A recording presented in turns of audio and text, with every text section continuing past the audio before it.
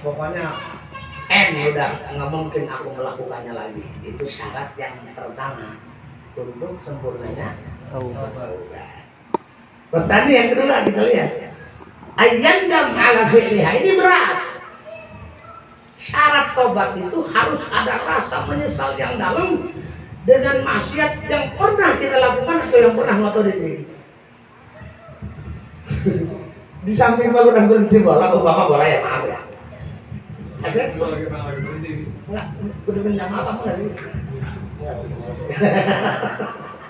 Kalau udah umumnya aku udah kapok, udah dua, tapi besok main bola lagi nggak jadi. Nah kalau sekarang benar-benar kalau orang tobat, udah mendekati pun tidak mungkin, sebab itu akan menjurus aku ke maksiat. Jelas ya? Jelas. Yang kedua berapa? Ayyandam. Ayyandam itu menyesal. Gimana sih Bang Levi kalau menyesal kira-kira ketawa apa nangis? Saya ketawa. Kemarin waktu gua main bola, iya bagus gua udah tobat, baru aku belum tobat. Masih bisa ketawa. Kalau menyesal ya akhirnya selamat, Rob. Gara-gara main bola saya akhirnya sholat berkali-kali. Wah cakep. Bukan cakep, itu persyaratan kedua di dalam pelaksanaan taubat. Ayyandam, sekali lagi ayyandama, timbulkan rasa sesal ala fi'liha atas perbuatan yang memang kamu bertobat dari maksiat. Jangan saya bahwa itu kita pada. Yang ketiganya, ini yang kita harapkan. Jadi ngaji itu ada faedahnya kalau seandainya kita amalkan ya. Nggak diamalkan juga tetap ada pahala hadir ada ya. Wasalin, adapun yang ketiga, ayakzim, bertekad Allah ya udah untuk tidak kembali kepada maksiat itu abadan saklawasya forever selamanya. Sudah membuka kita? Jawabnya satu ayat, mungkin belum. Mudah-mudahan suatu saat kita bisa benar-benar mencukupi syarat yang tiga ini. Oke lah. Ada orang yang nggak balik lagi, kemudian tapi nggak ada sesel, nggak jadi tuh. Yang ketiga, kawan-kawan gue kalau udah ini, gue mau lagi dah walaupun udah tua, itu gawat, itu menghancurkan syarat taubat. Nah kalau saya boleh itu ambil perumpamaan yang biasa dilakukan aja, ayo kira-kira baru apa kira-kira, ya yang ringan-ringan lah biasa bisa. Pak Alan apa? Kira-kira yang rada-rada keluar dari syariat apa? Kebiasaan yang jadi kedoyanan. Banyak sih. Satu aja. Banyak. Salah satunya berhutang. Nah itu kita berhutang ya. Jadi kalau Nabi berlindung dari hutang, kenapa kita sekarang malah minta hutang? Banyak yang datang ke saya, Pak Alan, Abi saya mau utang tolong bawain biar dijabat ya, Nabi aja berlindung. Itu ya, satu, dua. Tapi kalau mau utang nggak maksiat juga sih kalau niat kembali bang. Oh, selama masih ada niat nggak maksiat dulu. Oh enggak. Yang maksiat tapi kira-kira nggak apa-apa lah kita sekeluarga itu. Miras. Nah, miras ya. Nah, kalau sampai sekarang masih. Oh, saya bisa lah. Nah, sekarang enak tuh. Jadi udah nggak minum lagi. Udah ada rasa nyesel. Seperti nangis gara-gara miras. Sedikit. Yang ketiga udah ada tekad untuk tidak mengulangi lagi. Nah itu coba namanya itu. Cakep ya. Pada hari apa kira-kira? Gak gebukin bini.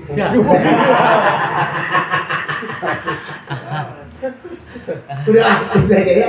Kayaknya cukup dipahami bahannya semuanya ya.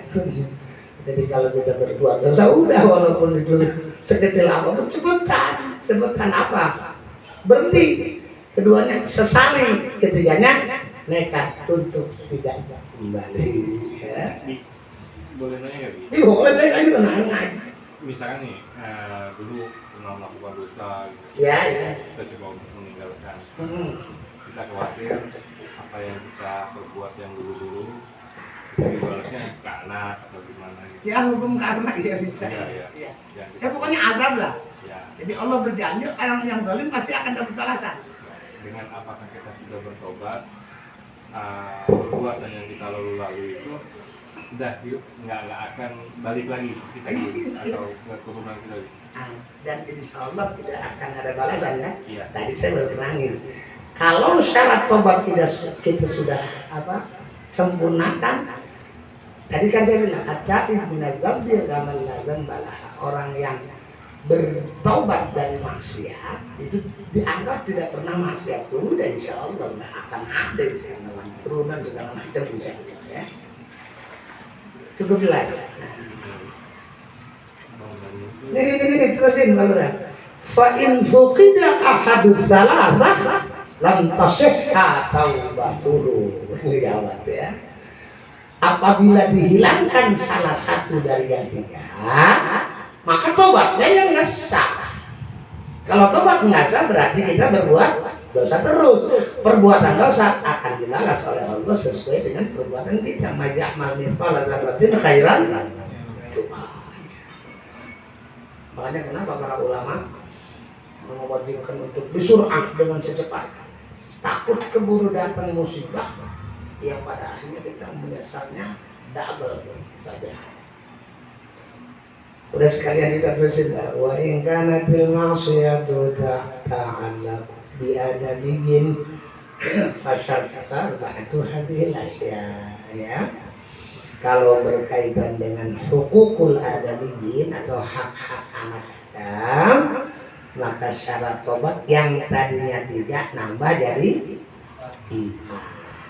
Yang pertama apa? Sama meninggalkan seluruh dosa yang kita tobatin. Yang keduanya kudu timbul rasa sesal.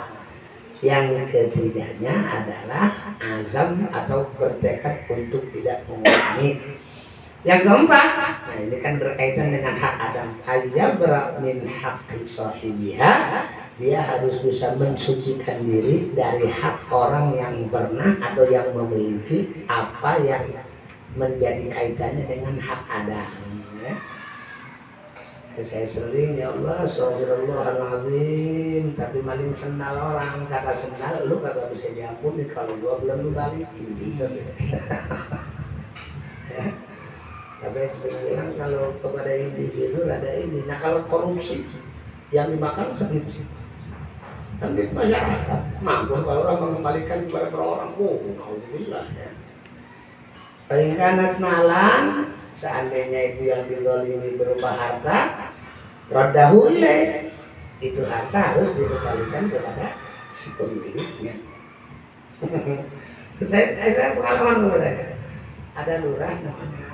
Ada almarhum lah kalau mengenal saya sebut Haji Madrais lurah itu di suatu saat dia mau ke Mekah. Nah saya disuruh jadi penceramahnya.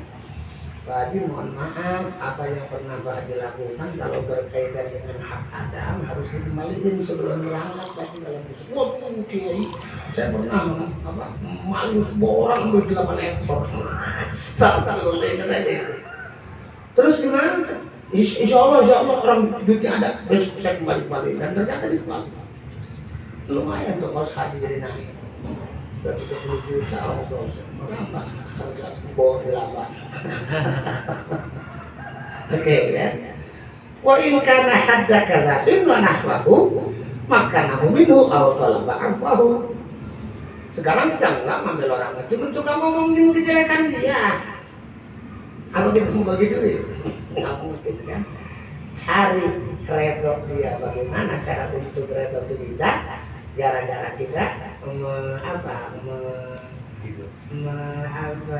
harga diri, mengganggu harga diri dia, atau tadi ngomongin dia dan segala macam, harus terus terang ya. Nggak bisa. Maaf ya, banyak salah. Ya perlu terus terang apa yang pernah kita lakukan ya. Kemudian wa in kana riba dan istahal. Ini secara khusus. Seandainya itu bentuknya riba, Allah mohon maaf saya ngomong Allah. Udah gitu tuh. Ngomongin apa Bi? Ya Allah orangnya ganteng ya enggak. Riba. Maka harus istahalahu. Kalau Allah saya itu suruh bangkot, maafin saya kalau udah sampai dia mau maafin. itu kalau berkaitan dengan Adam bentuknya ghibah ya.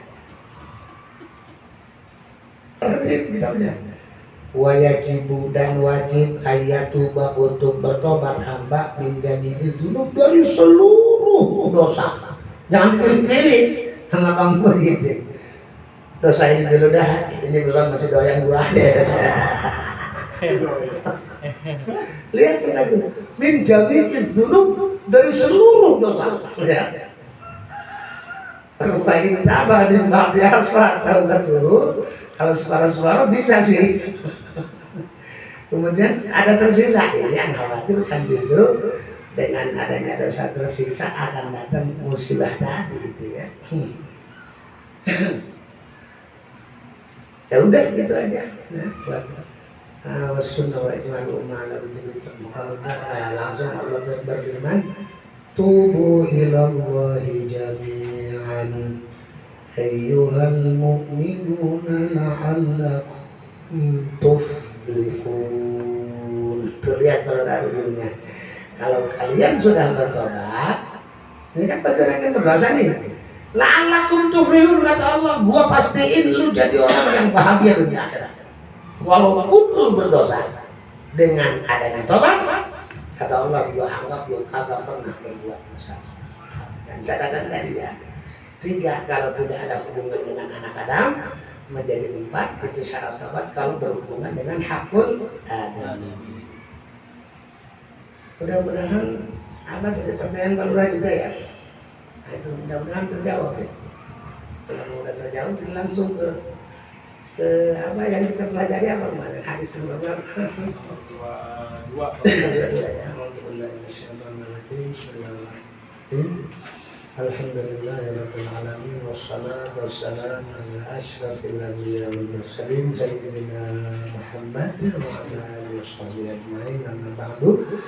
Qala al-Imam Syarafuddin Yahya an-Nawawi rahimahullah wa nafa'ana bih wa rahimallahu jami' syuyukhina wa walidina rahmatan wasi'ah wa ala namradihim wa salihim Fiddin wa dunia wal akhirah. Kita baca Al-Fatihah. Bismillahirrahmanirrahim.